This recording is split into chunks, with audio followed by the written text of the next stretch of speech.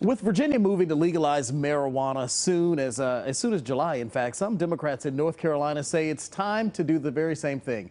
Bills that have just been filed would allow for medical marijuana, and another, I should say, would fully legalize it for recreational use. Our Capitol reporter Michael Hyland is live at the General Assembly for us tonight. And Michael, there are still a lot of concerns about moving forward with this.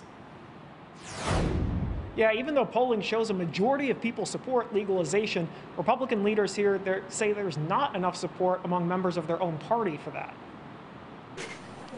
With most states making marijuana legal, Janice Ramquist questions why not North Carolina. She says it could help her with severe back pain and has lobbied state leaders to allow it. Even though 36 states legalize it, I can't order something from a legal state and have it mailed legally to me. This week, Senate Democrats filed a bill that would make North Carolina the 37th state to allow medical marijuana. A separate bill filed by Senator Jay Chaudhry would fully legalize it, even recreationally. With Virginia moving to legalize, he expects people will just drive across the state line. That ultimately means that we have lost tax revenues that we could ultimately keep in our state. Under his bill, you would have to be 21 to use marijuana, and there'd be limits on how much you could have at one time. You couldn't use it in public places. There would be a 20% tax on sales, with an exemption if it's for medical use. There would also be automatic expunctions of certain crimes related to marijuana. What we are seeing right now in states and now at the federal level is that we're moving away from the stigma, but we're also recognizing that the war on drugs has been a failure. Republican leaders have said there is growing support among them for decriminalizing small amounts of marijuana, but not legalization. That's even though a poll by Elon found 73% of people in North Carolina support legalization of medical marijuana. I recently asked Republican Senator Tom McInnes about this. It's a gateway drug,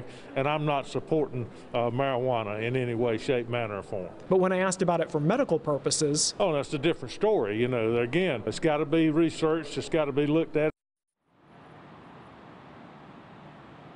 Some of the tax money from this would go toward programs like helping lower-income people to buy homes, for substance abuse treatment, and for education and training for people who are interested in getting into the cannabis industry. Live in Raleigh, Michael Hyland, CBS 17 News.